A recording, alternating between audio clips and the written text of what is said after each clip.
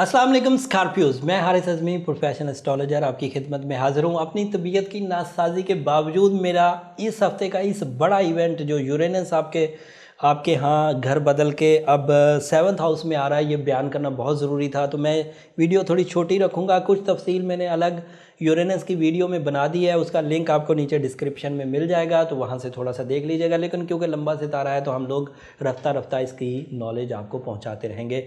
जैसे ही तबीयत बेहतर होती है तो मैं कोशिश करूँगा एक और तफसीली वीडियो भी आपके हवाले करूँ।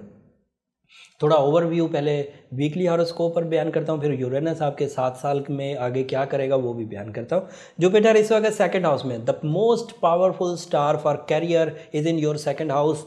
आप इस वक्त मैक्सिमम रिस्क टेकिंग कर सकते हैं, लेन देन कर सकते हैं, ख़रीदो फरोख्त कर सकते हैं, बना सकते हैं, बेच सकते हैं, ख़रीद सकते हैं, स्टॉक कर सकते हैं, इन्वेस्ट कर सकते हैं।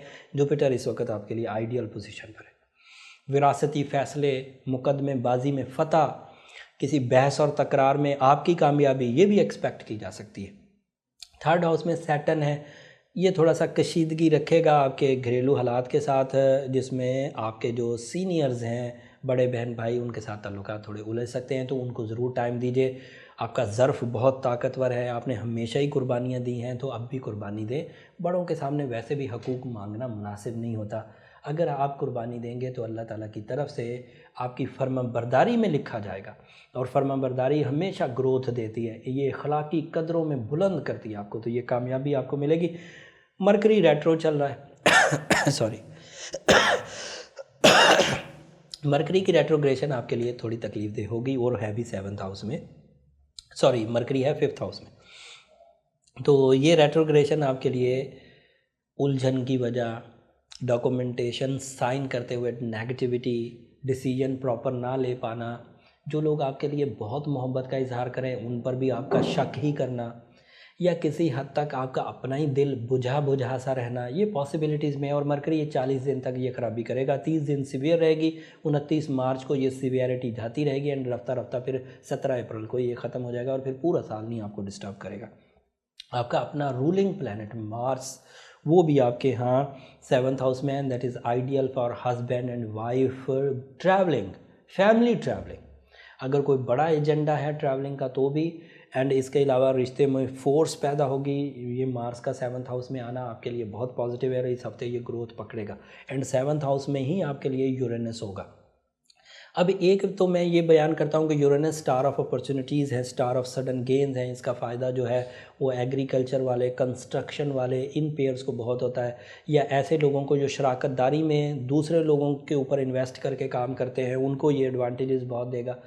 बट अब एक खबर ये है कि यूरेनस अगर 7th हाउस में हो तो एक से ज़्यादा शादियों की वजह भी बनता है, तो ये भी मोहतात रहिएगा।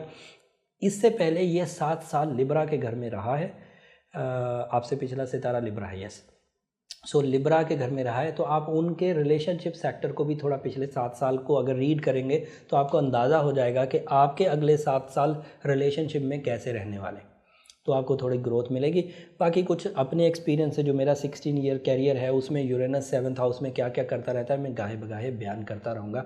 वैसे ये पॉजिटिव है, जिन लोगों ने दूसरी शादी करनी हो, रिलेशनशिप क्राइसिस हो, उनका सेटल होना, ये सब पॉसिबल रहेगा।